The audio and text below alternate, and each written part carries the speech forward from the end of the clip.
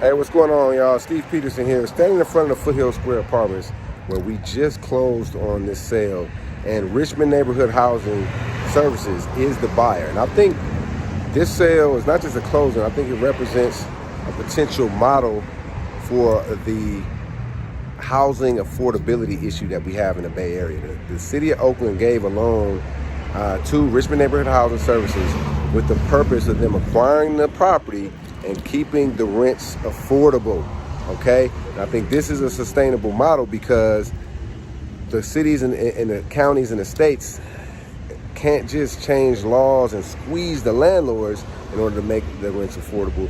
The cities, the county, and the state really needs to begin financing, putting up their money where their mouth is in order to help keep rents affordable. So this is a great solution.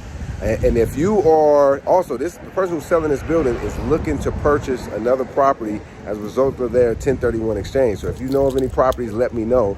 And also, if you're thinking about acquiring properties or being part of the housing affordability solution or just providing quality housing, click the link below, book an appointment so we can talk about it.